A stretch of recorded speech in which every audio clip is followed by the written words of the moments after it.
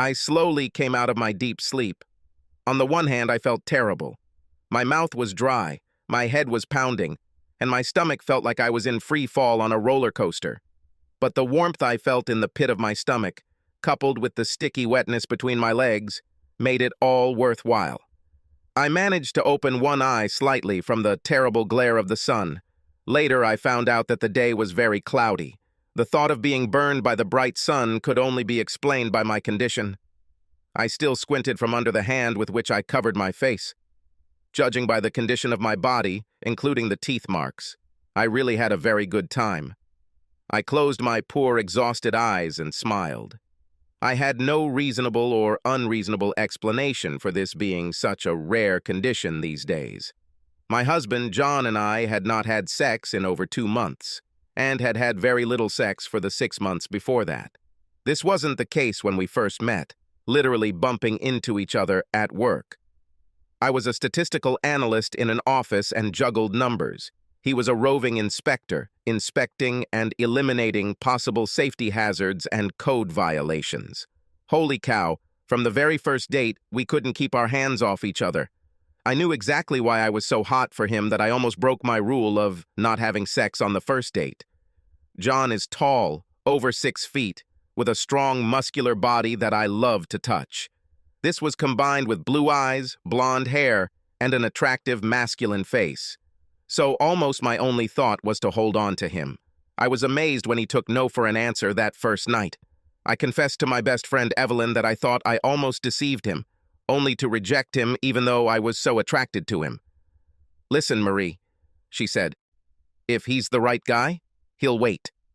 She added thoughtfully, "I don't know if John will agree. He has a good reputation. You could probably sneak it into the closet, but honestly, I don't know if it's right for you." This got me thinking.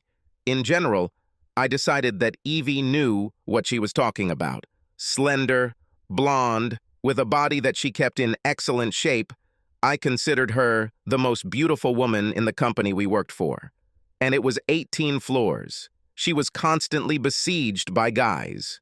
There were even a few girls who I saw turn their heads when she walked by. She was definitely superior to me, a thin, black-haired girl whose main attraction was her rather decent legs. God, I even wore glasses, although I used contact lenses most of the time. However, she always had her doubts about John. She never directly said that she didn't like him, but from the moment we started dating, I realized that she didn't think it would work. I didn't tell her the first time John and I made love. I guess I couldn't hide it, because the next morning everything was literally buzzing in my office. She sighed, shook her head, and then I told her everything. Let's start with dinner at the point at a table in a very popular restaurant overlooking the ocean. We then left his car in the parking lot, instead deciding to walk the mile or so along the beach to his apartment, which was also on the ocean. At this moment, Evie laughed, but it was a dull, forced laugh.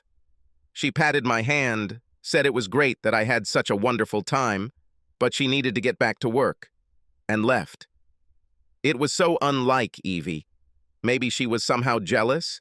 I never noticed her being interested in John, but she was upset about something. I decided to find out the reason someday. At that moment, a stupid smile touched my lips, and I leaned back with my eyes closed. As soon as the door closed behind us, I found myself in John's arms. About 4 or 5 inches taller than me, he lifted me into the air, his mouth searching for mine. I wrapped my arms around his neck, my fingers running through his hair as I opened my lips to his probing tongue. The kiss was passionate. We merged together. I dropped my purse, and the heels I had already taken off for our walk on the beach. His arms were wrapped around me, one hand squeezing my ass. I felt a shiver run through my body, and then I realized that he was climbing the stairs next to the door. I thought about wrapping my legs around his waist, but there was something so delicious about just hanging in the air. I drummed my feet in excitement. He kicked the door shut as we stepped out onto a dark balcony overlooking the crashing surf. Kissing me, he laid me down on the lounge chair. Then he stood up and began to undress.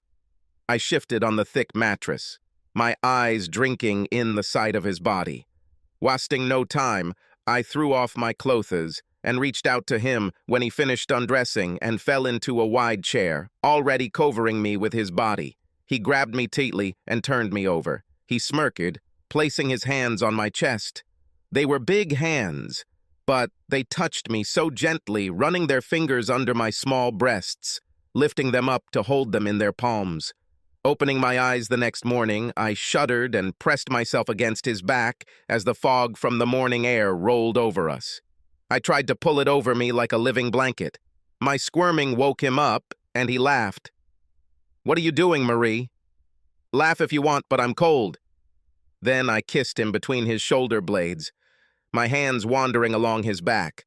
My fingers touched the rough spot, and I looked down. "What is this?" I asked. On his lower back was a jagged red spot the size of a dime. "This is a birthmark." He rolled over and hugged me. "All the men in my family have it." His eyes flashed. "When we have children, you better be on your guard. If it's a boy, he must have a spot like that. Otherwise, I'll find out you were dating the milkman." I giggled. "I will remember it, but don't worry." I kissed him deeply. I don't play the fool in any relationship. A few months later, we got married in a quiet civil ceremony. The only disappointment was Evie's reluctance to be my witness. She finally agreed, but I wondered why she was so opposed to me marrying John. John's witness was our colleague, John's poker and fishing buddy and best friend David. He was tall and broad-shouldered, with sharp, clean features and dark, polished ebony skin. I tried more than once to push Evie towards him when John and I became close, but to no avail. It seemed like she wasn't interested in him either. Time passed, and at first, everything went well. I guess after a couple of years, we got used to the routine that most couples fall into. Work, social events, both business-related and otherwise, and even more work. Sex between us, which started out almost constant, dwindled to weekly, then every other week, and then became really rare. I'm sure I was as much to blame as John for the decline of our sex life. And it's not just our sex life. Recent months have seen a sharp decline in hugs and kisses, and even simple touches and words that couples use to reassure each other of their love. I tried, and I was sure John did too. I worked out and tried to monitor my weight and overall fitness. But too many evenings I worked late and subsisted on beer and pizza. I fought as hard as I could, but have gained a few pounds since we got married. Then there was the problem with the children. John suggested we wait a few years until our financial situation improved. I agreed, enjoying the thought of being able to be a full-time mother when the time came. One Friday, I decided to reverse the trend. I got home early, cooked a roast, and opened a bottle of wine. I saved up my spending money for 3 weeks and spent it on a new black lace nightie. Timing John's arrival, I set the table, lit the candles, and poured the wine as his car pulled into the driveway. I completely forgot. It was the 3rd Friday of the month, and he was playing poker with David. John was gracious and grateful, but reminded me that his poker nights predated our wedding and that I knew it. However, he ate the roast and said it was great. 2 weeks later, he surprised me with tickets to a weekend cruise. And, hell, they were on the weekend that I was sent to a tax seminar. He was furious and often repeated that I had not told him about the seminar. After all, he would remember if I did it. After that, a chill really fell on our relationship. No matter how often I apologized, it did not change his approach, that he had put in a lot of effort and I had ruined everything. This made the announcement of David's big party and how much he wanted us to attend even more of a surprise than usual. Well, I firmly decided that he would not leave me that night. Although it is a shame to go to such lengths to seduce my own husband, it would not have been necessary if I had simply remembered to tell him about this damn seminar. I was wearing a black dress that came 3 inches above my knees and 3-inch heels. Other than that, my only clothing was a red lace shirt. John really looked handsome tonight, just as handsome as I remembered him before our wedding. He helped me in and out of the car, he paid attention to me, and that was good. In the evening, we ate and then went dancing. I was in heaven. I wanted my husband's body pressed against mine. I moved and pressed myself against him, not caring that I would make a scene. The night was drawing to what I hoped was its inevitable end. I almost had sex with him right on the dance floor. It's funny, though, that I really couldn't remember any clear details from the night before other than dancing with John around midnight. I couldn't even remember how I left the hotel and returned home. There were bits and pieces, most of them extremely fleecy, but all of them were vague. We must have had a good time, though. Hopefully this meant the drought was over and we would do it again and again. Well, the Saturday this morning made up for the hangover. I managed to open my eyes again and smiled as I vaguely saw my clothes hanging on the edge of the bed. Maybe the red shirt worked. Waking up naked with a warm body next to me was very exciting. I wonder if I can get John to pick up where we left off. Crap. First good sex in months, and I barely remember anything. I woke up, and now I will remember no matter what happens. I rolled over, opened my other eye, and began to hug John when I froze. I closed my eyes tightly, hoping that when I looked again, it would all be a mirage. I looked out, but that was not the case. Oh my God, the body I was pressed against was male. It was naked, and it was black. I suppressed a cry and propped myself up on my elbow. This cannot be, this should not be. But it was David. I looked around the room wildly. I've never been in David's bedroom. I never had any reason to be interested. But this was not my bedroom. This was not my bed. This was not my husband. My foggy brain tried to connect the dots.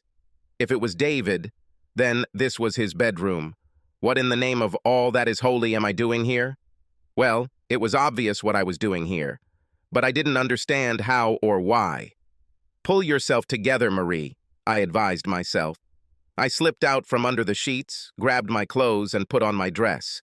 I suppressed a sigh of relief when I saw my bag on the dresser by the door. I picked her up, clumsily shoved the torn lace underwear in, grabbed my shoes, and tiptoed out of the bedroom and down the stairs. I leaned against the wall in the hallway. What the hell do I do now? I had no idea how I got here. How will I get home? And what will I tell my husband? A wave of panic washed over me.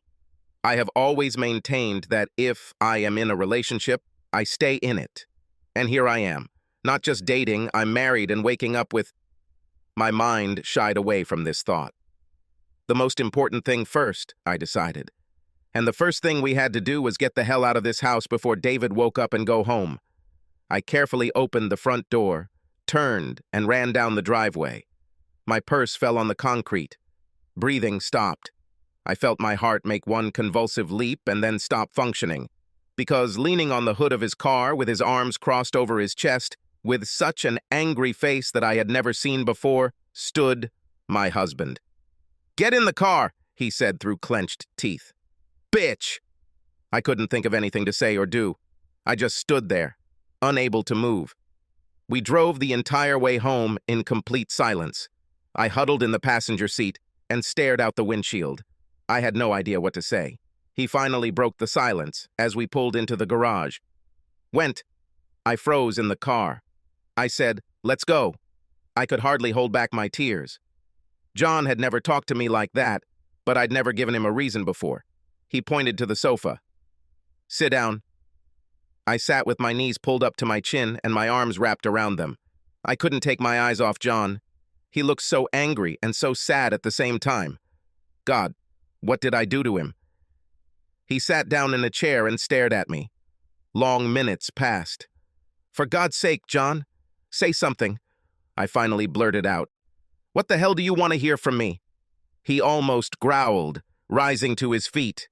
He towered over me, and I curled into a ball on the couch. "Do you want me to tell you how I woke up this morning in David's guest room and found that you weren't with me? Do you want me to tell you that I haven't seen you since we danced together last night? How about I look for my loving, faithful wife, and finally, look where I never dreamed of seeing her? Maybe you want to know how I felt when you finally ran out of the house? Maybe you would like to know what it feels like to have your heart ripped out of your chest?" Now he was almost screaming. Now I was crying, and the loud sobs were taking my breath away. He sat down on the sofa next to me. "Marie, for God's sake, say something. Tell me why. Tell me what went wrong when you were looking for love in the arms of my best friend. I tried to explain. The thing is, I didn't have any explanation. I couldn't remember anything except wild copulation.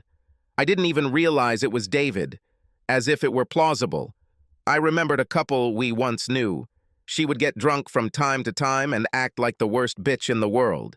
The next morning, not only could she not remember what had happened, but she also denied that anything untoward had happened. Since she didn't remember, it didn't happen. Well, I knew damn well it happened to me. But I didn't remember much of anything. And I certainly didn't remember getting into bed with David or doing anything with him at all. Will John accept this? Judging by the expression on his face when I stammered about my confusion and grief, he didn't believe me. Damn, I wouldn't believe it either. It sounded so lame, but it was true. Through my tears, I managed to tell him that I was very sorry. I regret everything, that I hurt him, that I betrayed his trust, that I regret the events that led us to this. Finally, he had his fill and turned away. I don't know what will happen next. I can't stay here. He headed toward the door. Someday I will return. The door slammed behind him, and I heard a car drive away. I just sat there. I watched the shadows lengthen and night fall. I turned on the lamp next to the sofa, afraid that the darkness would swallow me. Only the next day I heard the door open. I was still sitting on the sofa. Most of all, I was afraid to go out. I ate only coffee and almost nothing else. Every time I tried to eat, I saw David's back and John's face, and I felt sick. I slept fitfully on the sofa. When John returned, I wanted to rush to him and hug him, but I couldn't. I knew it would be a gesture I would have to earn from him. I just sat there, curled up on the couch, and looked at his face, waiting for some sign. He leaned back in his chair. He sighed and ran his hand over his face. Looks like he didn't sleep much either. Finally, he looked at me for a moment.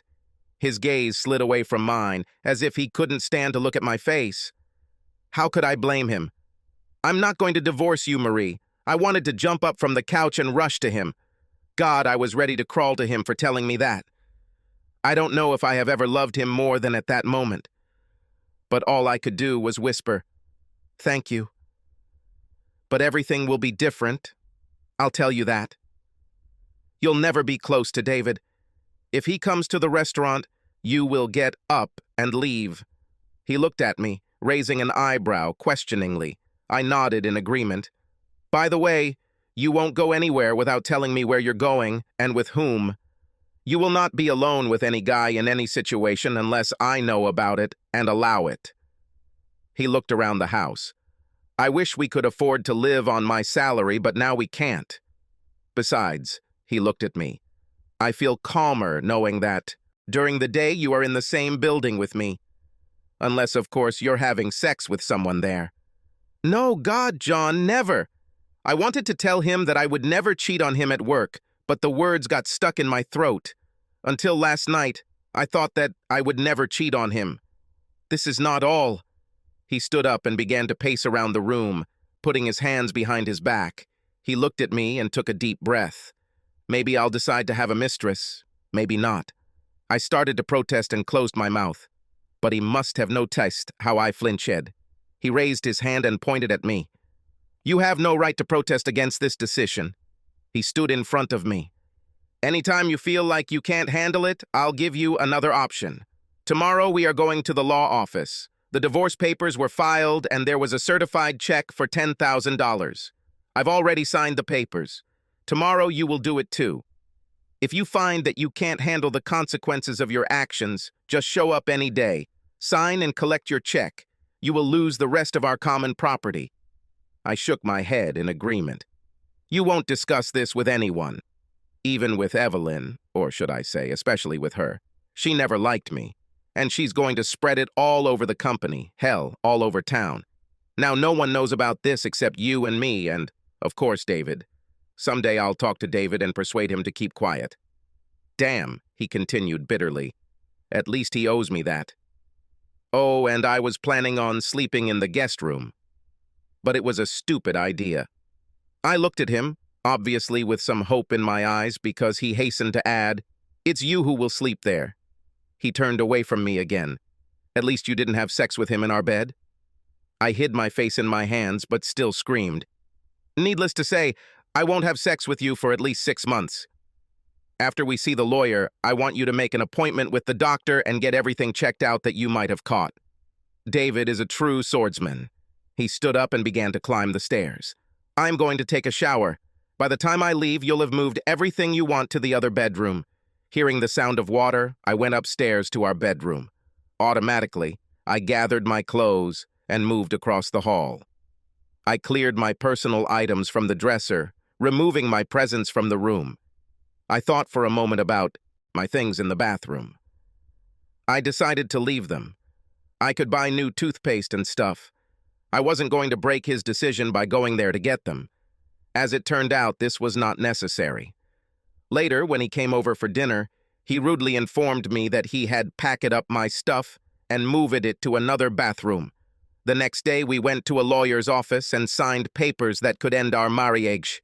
When we were done, the only thing keeping me from getting a divorce was my signature on the last page. John dropped me off at the doctor's office, and I went through a series of tests.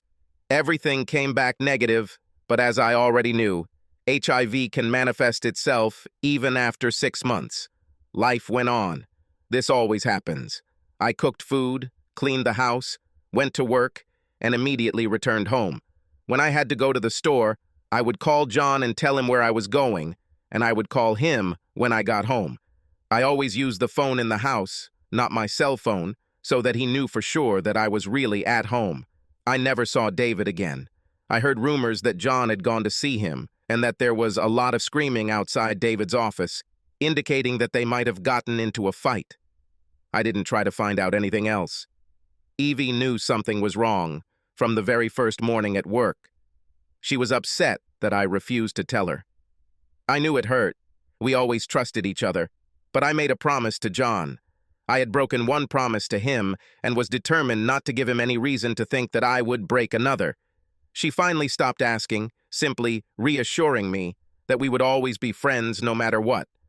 I almost cried, but even weeks after that night I was still too empty to cry. John treated me politely and correctly, but also kept me at arm's length. There were no words of love, no touches, no hints that reconciliation was getting closer every day. He slipped once. I made his favorite Sunday lunch, and he ate 2 portions of stew and was on his third when he finally pushed the plate away. He groaned with happiness. "Thank you, dear. That was great." I don't know if he hurt himself, but it touched my heart. John continued to commute to work. He continued to go out on Fridays. I knew he wasn't playing poker with David, but he'd apparently found another game. He returned home late at night with the smell of cigar smoke on his clothes and the occasional chip in his pocket.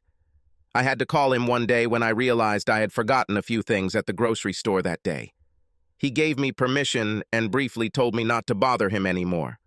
I hoped this meant he was starting to trust me again, at least a little. And then the bottom fell out a week later, just when I started to think that maybe we could get through this.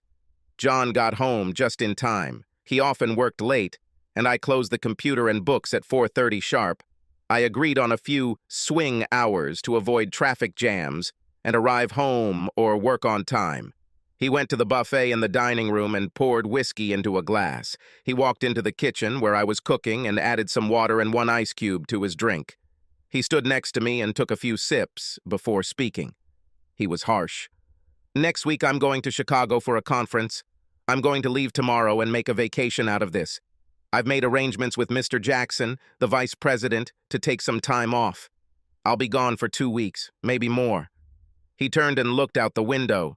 Twice he began to speak, and then fell silent. For the 3rd time he cleared his throat and spoke. "I won't go alone. I won't go alone." These words seemed to echo throughout the house. Now it was my turn to look for the words that haunted me. I was pretty sure he didn't mean me, but I waited for him to say, "Understand.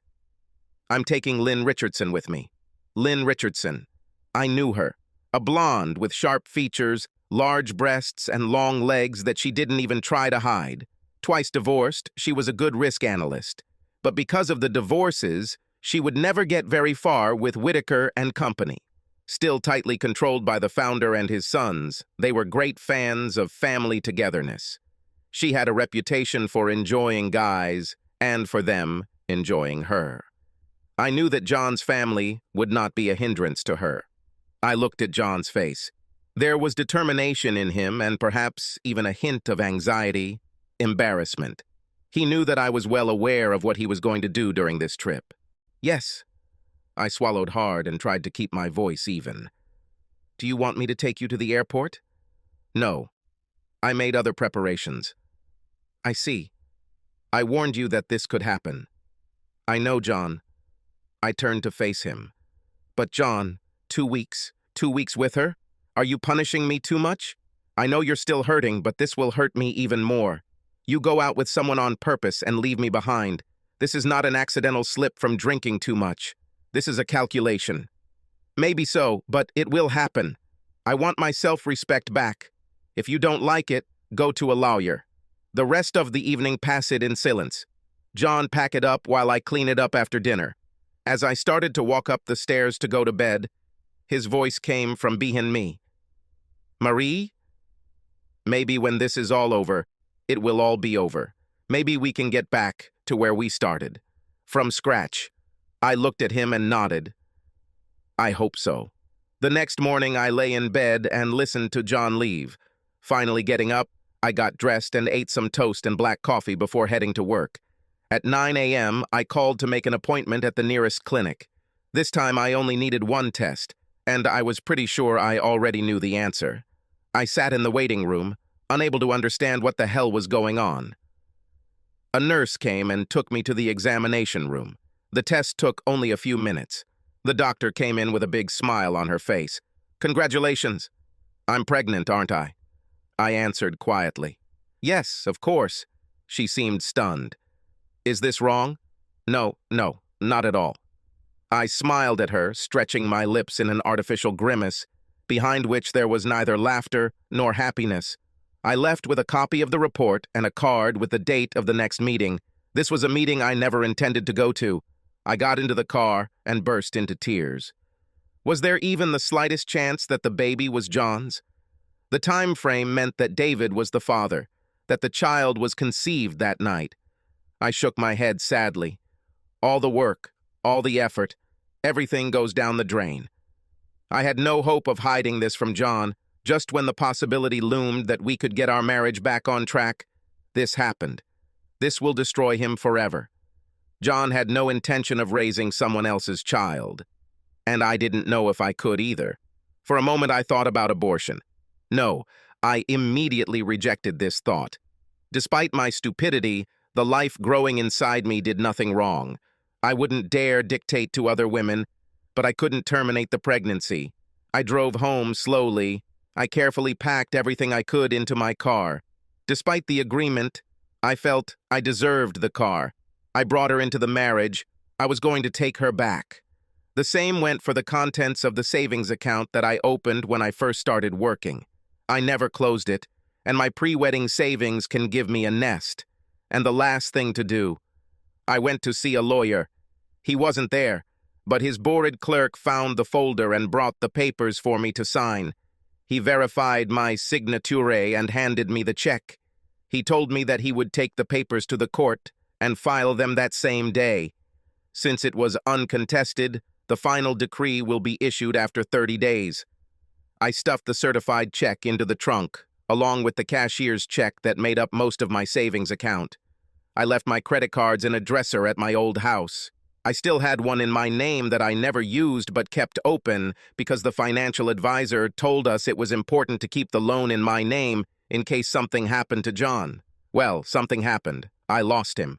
I stood by the car and for the last time looked around the city that I had called home for so long. I took a coin out of my jeans pocket and tossed it. Heads go north, tails go south. I climbed into my overloaded car, started the engine, and drove south along the highway. I had absolutely no idea where I was going. I just wanted to be somewhere else. I've been driving on the interstate all day. I drove into a well-lit rest area, and there, Not paying attention to the sign, "Overnight parking prohibited," I fell asleep. Perhaps I should have found a hotel room, but I didn't want to use my credit card until I could arrange for the bill to be forwarded to wherever I ended up. I didn't want to leave a mark. I felt like a fugitive, which in some ways I was. A fugitive from my old life. Surprisingly, I slept soundly and did not wake up until the sun woke me up. I waited for the toilets to open, freshened up, and headed out again. I just followed the highway, heading south and east until I reached the sea, 3 states away from where I started my journey. Here, in a small town, I will start my life again. First things first. Well, there were a lot of important things. I needed housing. I needed a job. I needed a doctor. Surprisingly, my luck seemed to change with the journey because all 3 of them fell in line, one after the other. An offhand comment from one of the county sheriff's deputies led me to a perfect little apartment, a converted carriage house of a large old house owned by a delightful elderly couple. Not only did they make me feel welcome, but they also connected me with a local grocery store owner who needed an accountant.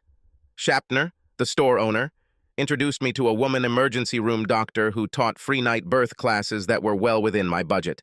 I worked, I ate, I did the exercises and took the vitamins recommended by the doctor. At first, I spent most of the evenings at home. I didn't bother with the TV, finding that I enjoyed listening to the radio and reading. Since I was careful with money, this led me to the local library. The first night I joined a literary discussion group. My Thursday evenings were busy from then on. As difficult as it was, I made an arrangement with the adoption agency that my doctor gently referred me to when I finally broached the subject with her. Maybe it was a weakness, but I knew I couldn't bear the stress of being a single mother to a biracial child. I was afraid that I would be offended, that I would blame my own failures and the collapse of my previous life on an innocent child. It is much better to find a home where this child can grow up in safety and love. I thought about John often, at least at first. I wonder how he copes. Was he sad? Was he upset by my leaving? Or did he regard my departure as good riddance? I didn't leave a note or a farewell message. I know I hurt him terribly, but he hurt me back. I, of course, did not expect that he would forget or forgive without much difficulty, but things went from bad to worse. It's probably for the best that it all ended this way for both of us. And yet I missed you. There were many nights when I closed my eyes and dreamed of him. But this happened less and less often. I deliberately did not take a single photograph of him from home. I didn't want to remind myself of what I'd lost. Once the divorce was finalized, I took the necessary steps to revert to my maiden name. I was no longer Mrs. Cooper. I was Miss Walcott again. Now I got comfortable and felt comfortable, if not happy. I made friends. I even went on a couple of dates. Of course, my increasingly bulging belly was no match for great slow dancing, let alone sexual propositions. So I continued to sleep alone and rock my boat. Then one morning I was crunching sales numbers and looking for an invoice that I couldn't find when my feet got wet. My waiter broke, contractions started, Mr. Shapner called an ambulance, and his wife held my hand. I will not go into details that every woman who has ever given birth knows. Finally, I managed to make the last push. I heard crying as my baby took his first breath. I leaned back with relief. "Miss Walcott?" "Yes," I managed to answer. "You have a wonderful boy." And with these words, the nurse placed a bundle wrapped in a blanket in my arms. Oh no, I shouldn't have seen him. I later learned that my premature birth took the adoption agency and doctor by surprise. Instead of immediately taking the child away, they gave it to me. I tried to convince myself that I wouldn't look at him. I knew that if I spent even a little time, I wouldn't be able to let him go. But my eyes were fixed on him, and I looked. He was wonderful. His eyes were tightly closed. I unfolded the blanket to reveal 10 identical, perfect pinkies. He was the most wonderful creature I have ever seen in my life. And he was white. Somehow my hands moved on their own, even when my brain refused to process the sight in front of my eyes. I carefully turned the baby onto his tummy and looked at his lower back. The tiny, jagged red mark was there. All I could think about was, that son of a bitch. I was still in a daze when I left the hospital with Mr. Clifford Walcott. I named him after my father. My parents died while I was in college, and Clifford's last name was mine, not the person who was responsible for him. Over the next few weeks, I was too busy to think about the amazing surprise. Stan and Muriel Ridgway, my wonderful landlords and friends, could hardly wait to babysit and allow me to return to work. They had no children of their own and immediately fell in love with Cliff. When I came home one afternoon and heard Muriel whispering to Cliff about how much Grandma loved him, my eyes filled with tears. Happy or not, new life or not, I needed to figure out what exactly the hell had happened. I sat down and methodically tried to list everything I knew and suspected. First of all, I obviously had sex with John that damn night. That was the only night I had sex in weeks, and it never happened again. So Cliff was conceived that night and conceived by my husband.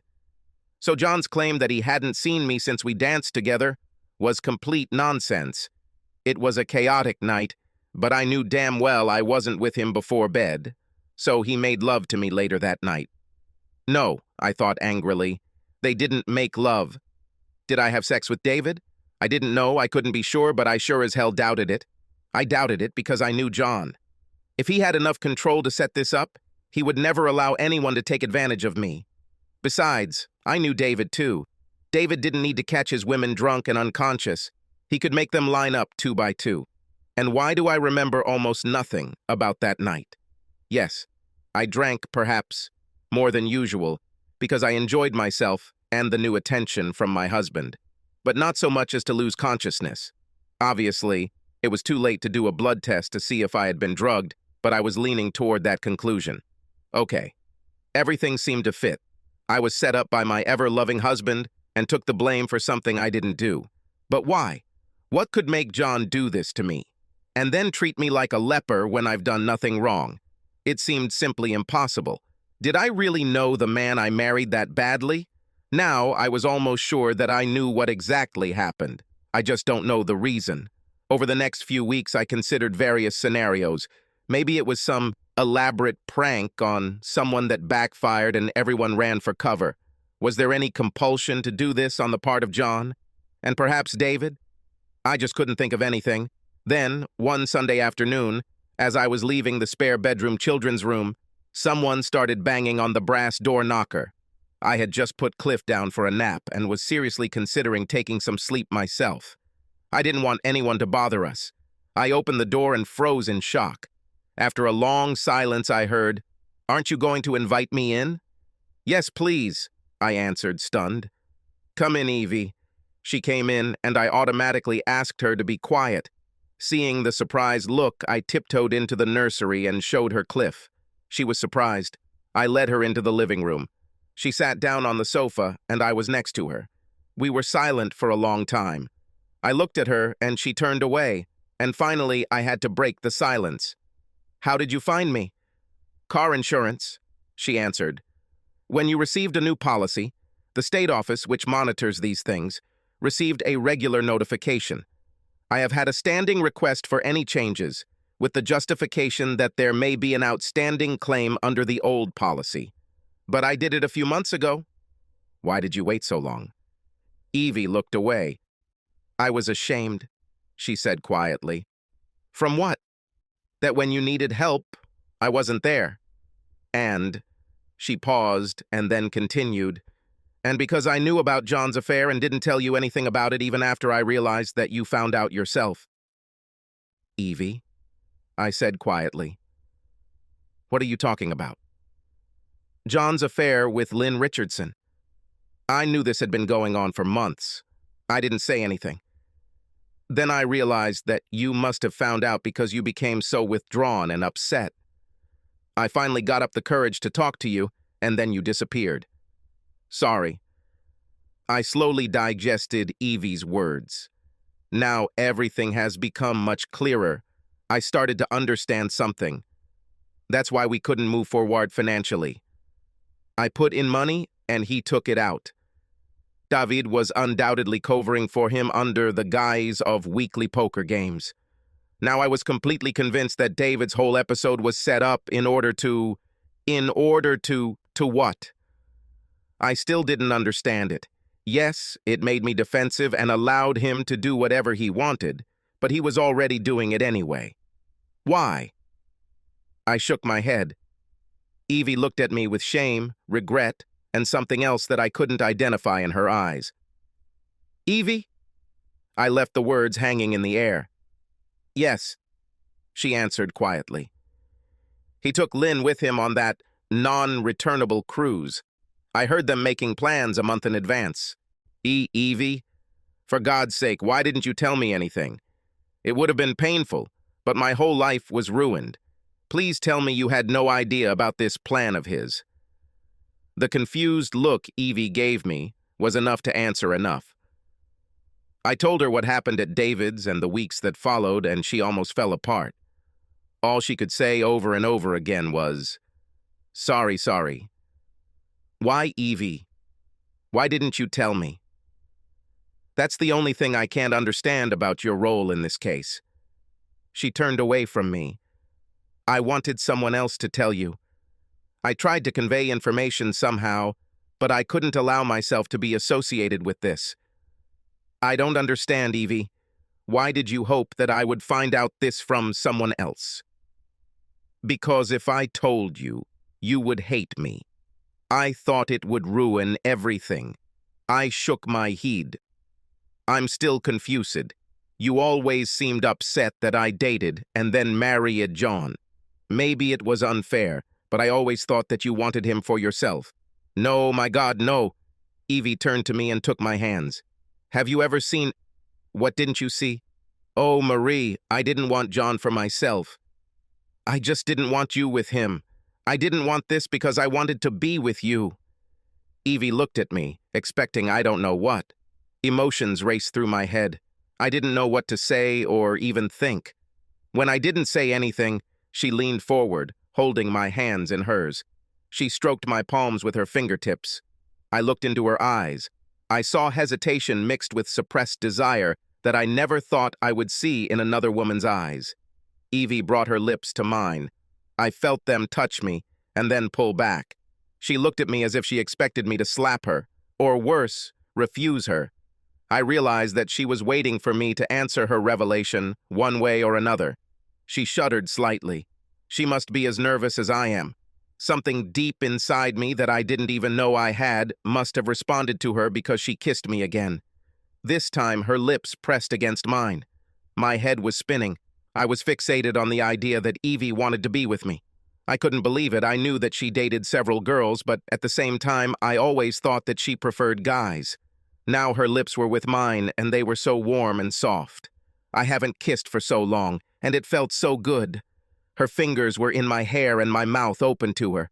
Just for a minute. I was going to stop this. I was. Her hand was on my chest and she gently pushed me back onto the couch. I wasn't like that. I had to stop it. Stop her hands pulling my top over my head. Stop my hands wrapping around her. Stop it all. But when she hesitated and pulled away slightly, I pressed myself against her, stretched out on the sofa, and pulled her towards me. Her fingers unbuttoned my shorts, and I lifted my hips for her to pull them down. Her legs were smooth and strong. I put my hands on her shoulders to push her away, but instead I caught her top and pulled it off.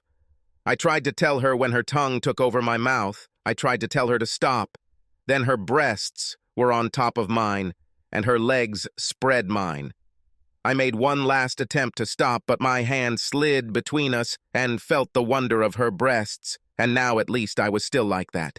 She made love to me wherever her skin touched me, from her foot stroking my calf to my thigh.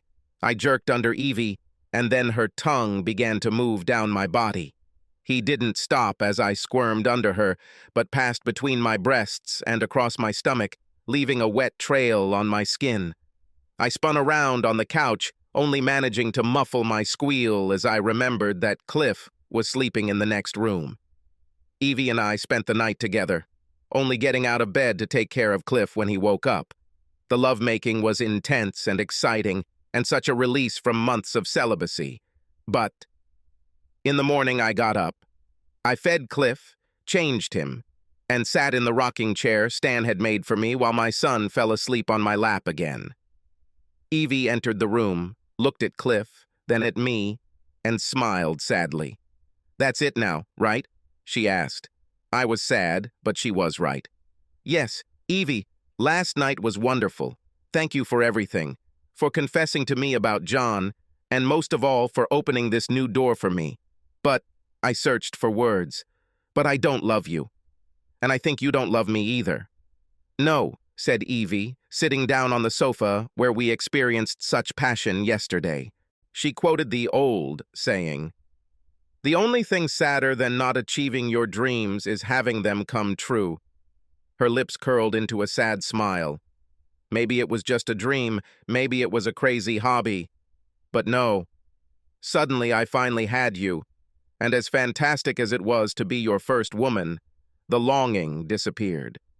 She stood up and knelt down next to me, touching Cliff's forehead with her lips. I touched Evie's face with my fingertips. She turned her head and kissed them. Then we exchanged a long, tender kiss, in which there was no passion, only goodbye. She wiped the tears from her face and left, closing the door behind her. I stood up and took a deep breath. It was time to start. I needed to take a few days off. It's time to go back to where I started and end it all once and for all. I thought about John. I took another deep breath. Fine. I was angry and wanted to stay that way. It's probably funny. When you've changed so much, you don't expect anything else to stay the same. I drove around the town square, and nothing had changed. Well, but I have changed a lot. I arrived in town the night before and stayed with Evie.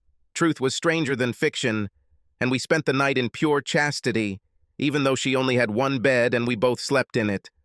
The spark between us, which flared so brightly that evening, almost went out. This experience, thank God, left us as friends. Evie kept an eye on what was going on in the company, especially what John and his sweet little Lynn were doing. What she found out didn't surprise me too much. I spent the morning running errands and meeting some people. I gathered all the information, made several phone calls, and visited the courthouse. I wanted to make sure I had all my stones. I put on a confident expression on my face. I was well aware that I was sick of what was coming, but I was determined not to show it. I drove to my old house, parked on the street, and walked back to sit in one of the two white-painted chairs on the porch. There I waited, trying to remain determined. Finally, John's car arrived. He parked the car in the driveway and walked to the front door. His head was down, and I had time to study him as he approached. Damn, he looked terrible.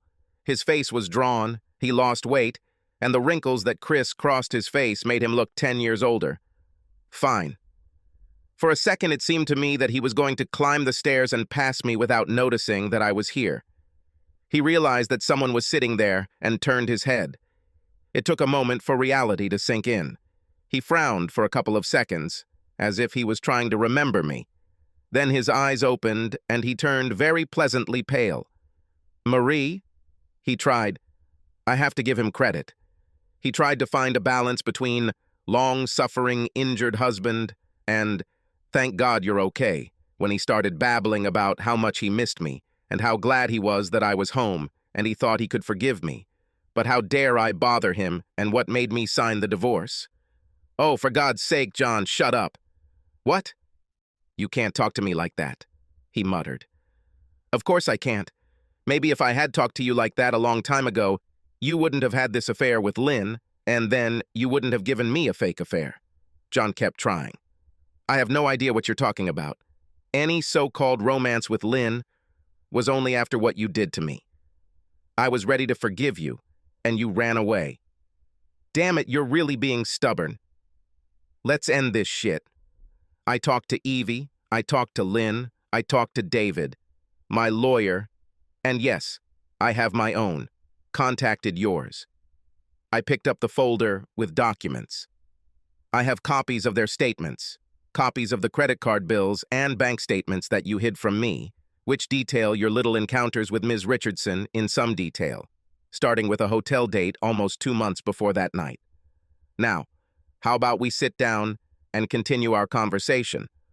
Or would you rather I start screaming right here?" Without another word, he opened the door and I followed him. I walked over to the chair in the very room where he had been so upset almost a year ago. I carefully placed my purse and the thick folder I was holding on the small table next to me and looked at John. He sat down on the couch, and I was struck by the irony of us switching places. Now John had to clear his throat before speaking. "What do you need, Marie?" "I think the first thing I need is some kind of explanation, if there is one." "John, if you were so unhappy with me, why didn't you tell me? I knew we were growing apart and tried my best to solve the problem. But if you didn't want this, why didn't you file for divorce? And for God's sake, why did you do to me what you did that night and then treat me like that? Marie, believe me, when this all started, I had no intention of hurting you." He stopped as I jumped to my feet. I took 2 steps towards him, raising my hand. "You didn't mean to hurt me?" "I don't have to believe such nonsense." I managed to control myself and returned to my place. "Why did you start this affair?" "For no reason, Marie," he replied. "She flirted with me, and I flirted back. I put all the energy I should have put into our marriage into pursuing her. I enjoyed the feeling of being a man in the city again. I pushed you into the far corner of my mind. I made a conscious decision to cheat on you. But I didn't want to lose you," he continued. "I thought it would be a one-shot, and then I'd find a way to make it up to you and you'd never know. And then I felt fascinated. I needed answers. But why such a setup? All these clever tricks to make me feel like the worst wife on earth? And then how you treated me. You knew I was innocent, and yet you seemed to enjoy rubbing my face in the dirt. I thought you understood everything. I was sure that somehow I had given myself away. I knew I had left clues to my behavior. Of course I was guilty, that's why I saw them, although now I understand that you didn't understand that. So I came up with a plan to make you think you cheated. Then I let it get out of control." I nodded, almost sadly now. "Yes, it is." He shook his head. "Incredibly, I began to believe my own invention. I thought about it. I managed to convince myself that maybe you really cheated on me with David. I think it was a case of me thinking that if I'm cheating, then maybe you are too. This eased my guilt. As long as I could make myself a victim in some twisted way, it wasn't hard to keep going. I changed the subject. Do you know why I left? I thought you took everything you could. I thought that maybe you had run away for a while and that I had gone too far. But I thought you would come back. I was ready to forgive you and hope that things would somehow return to normal. You didn't come back and didn't come back. Then I received a divorce decree." He snorted. "The clerk didn't even tell anyone that an application had been submitted. It never occurred to me that you would do this, and I didn't even think to ask. By the way, when I realized what you did, I rushed to Lynn. I told you the whole scheme. She didn't know this. She may have had the morals of an alley cat, but she was horrified by my actions. She kicked me out of her house and hasn't spoken to me since. About me, woman avoid me like I'm infected with the plague. It's not that. I don't deserve it." "I can agree with that," I said bitterly, "but that's not why I left. I'm an old-school stand-by-your-man woman. I left because I was pregnant." John's jaw dropped. "Your setup convinced me that the father is David. Now I know better. Then I should have known better. David is too much of the real man in town you wanted to have sex with a passed-out housewife. He would never want me, at least in this state." John looked puzzled at my last remark before returning to the first revelation. "Are you saying that we have a child?" "I have a son," I objected. I don't know what you have. As far as I understand, your participation in Cliff's birth was from a donor, no more than I could have achieved with a tube of chilled sperm." John was so excited that my words flew past him. "Don't you understand, Marie? It changes everything. Now you can go home. Everything will be the same as it was before." I looked at him, contempt oozing from every pore of my body. "Are you saying that now that Lynn left you, you want someone like me back? Well, let me tell you something. If you think that I am still the woman you set up, who you almost destroyed in order to continue your dirty affair, Then you are mistaken. I was just as nervous as John.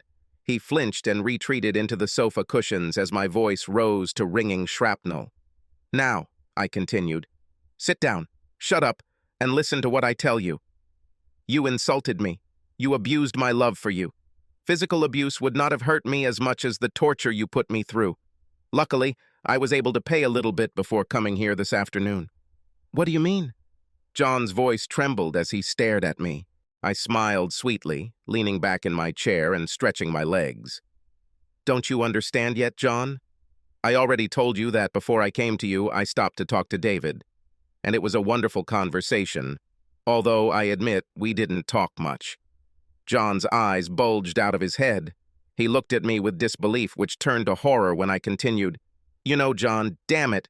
If you wanted me to have an affair, you should have given me one for real with David. Do you have any idea what he's like? When I pleasured him below the belt, he moaned and told me that if he knew what kind of wife you have, he would have taken me from you long ago.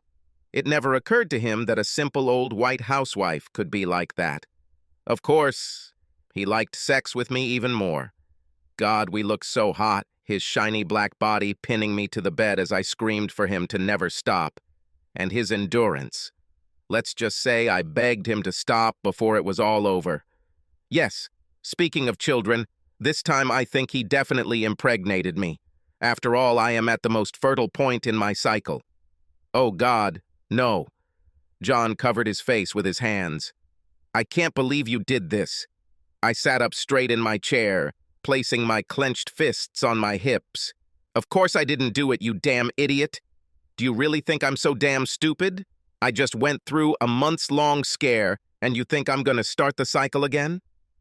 Also, David, if you haven't heard, met a wonderful girl at his church and is getting engaged. We talked and he apologized over and over again for his role in your stunt.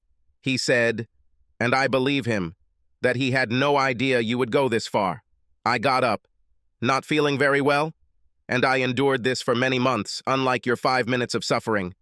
I let the anger shake me for another minute. Then I took a deep breath and held it until I stopped shaking. As I exhaled, I remained calm and focused. That's enough, John. I've thought of several cunning plans to take revenge on you, to cause you the same pain as me. I know I can make you lose your job. I can file a criminal case against you. Those blood tests you made me take, all sorts of things appear, including illegal substances. I wonder why the memories of that night are so scattered. Is this the case? My friends include a very nice, high-ranking police couple in my new hometown. They made me talk to the district attorney. Does the word conspiracy mean anything to you? I assure you that David, Evie, and everyone else will testify in a minute. I took the folder I brought with me. But that won't happen, not because I have any feelings for you, but if you're out of work or in jail, you won't be able to pay child support. Besides, my voice became thoughtful and a little sad as I thought again about how things turned out with this person. Besides, I'm not going to waste my life on you anymore. I've wasted enough heartache and suffering. I will live in the future, not in the past. I handed him the folder. So here it is. Our new financial agreement. I get 50% of what we had at the time of the divorce. I'm even giving you a $10,000 loan.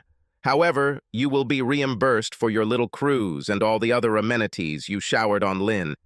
In addition, you agree to pay a regular percentage of your salary and child support until Cliff turns 18 or graduates from college. You can discuss this with your lawyer. He has a copy. He will offer to sign it. He doesn't really like the word conspiracy either. I gathered my things and looked at him. Have questions? He shook his head silently. I nodded and headed towards the door. Goodbye, John. And all the way home, I never looked back. Another year has passed.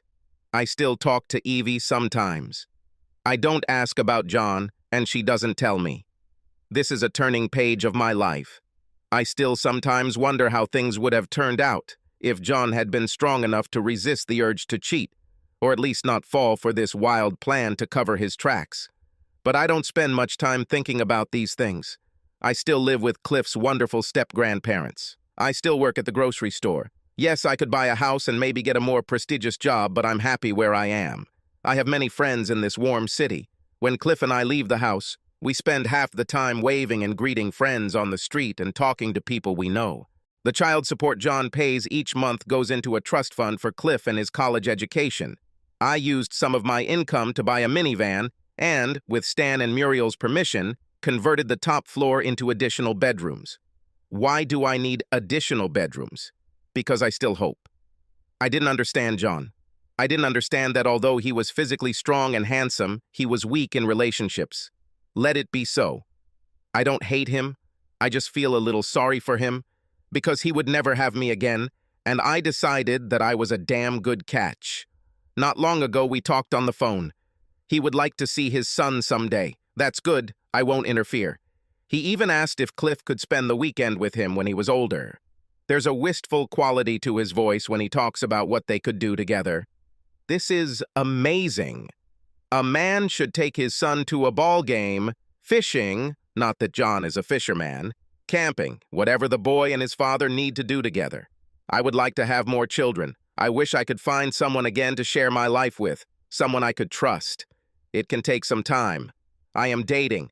I met a paramedic who works at the hospital and he's damn cute.